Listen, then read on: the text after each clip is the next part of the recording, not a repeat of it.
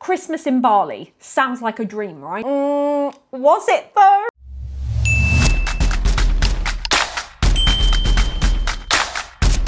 Let's go back to Christmas 2010, early 2011. For me, this wasn't just about it being a tropical Christmas abroad. This was a huge family trip where not just my immediate family went, but the whole extended family went to Bali. This is an experience that's burnt in my memory forever. And unfortunately, it came at a cost. Now, at the time, traveling to, well, pretty much anywhere was a huge hassle because of the amount of snowstorms going on in England, which caused so many delays. Because of all these delays and cancellations, we were 3 days late. Obviously, it takes a long time to get to places in Southeast Asia, but 3 days? This is mental, and I'm going to tell you what led to that. One was, of course, the snowstorms causing lots of delays. Two, it's because we were at a standstill on the ground in the plane for 13 hours. Yeah, I don't know how that's legal either, and I'm questioning that. In my 13-year-old brain, I'm thinking, what? How is that legal? And yes, of course we kicked off. Qatar Airways isn't always the best airline, by the way, guys. First experience with them and that happened. And we actually don't know entirely what happened to that, but again, it was some kind of safety issue with the plane, I'm guessing.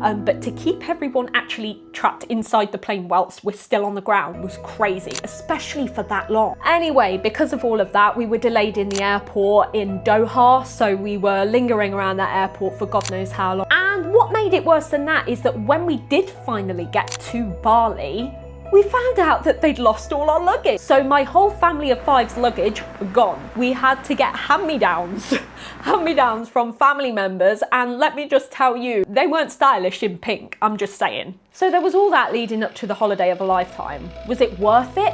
Absolutely. It was an incredible experience, but the worst travel experience I have ever had in my life and hope to never go through again. Thankfully, we eventually did get our luggage back and we had the time of our life. We stayed at my grandparents' villa and the other family members stayed at my uncle's villa, and Christmas was insane. No, there wasn't a fireplace, there wasn't any snow, but personally, I love a tropical Christmas. It's something different, it's something new, and it's something really fun. And I love hot weather, so I can't really complain. We were having lie-ins, we were going swimming in the pool, playing pool games, we were doing karaoke, we were going to these markets in Bali and beaches. I went on a freaking jet ski ride with my granddad and he came off looking like Albert Einstein, a mad scientist with his hair everywhere, and all I was bothered about was going faster and faster on that jet ski. It was just wild. We had a Christmas meal, but Bali style, completely different to what we were used to, but that's part of what made it unforgettable. Sitting together, all of us, far away from home. It wasn't about traditions that year, it was about being together.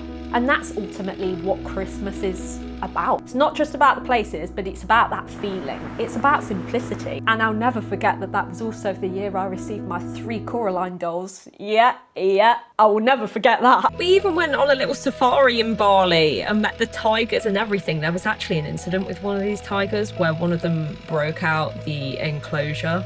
So that was a little bit terrifying, but thankfully we were kept far away from that. I even got to celebrate my 14th birthday there, which made it even more unforgettable. And as a treat, my uncle took me on a motorbike ride on his Harley Davidson on this beach. That was actually a filming location for the movie Eat, Pray, Love. Definitely a highlight. And it was even more magical because my entire family were there.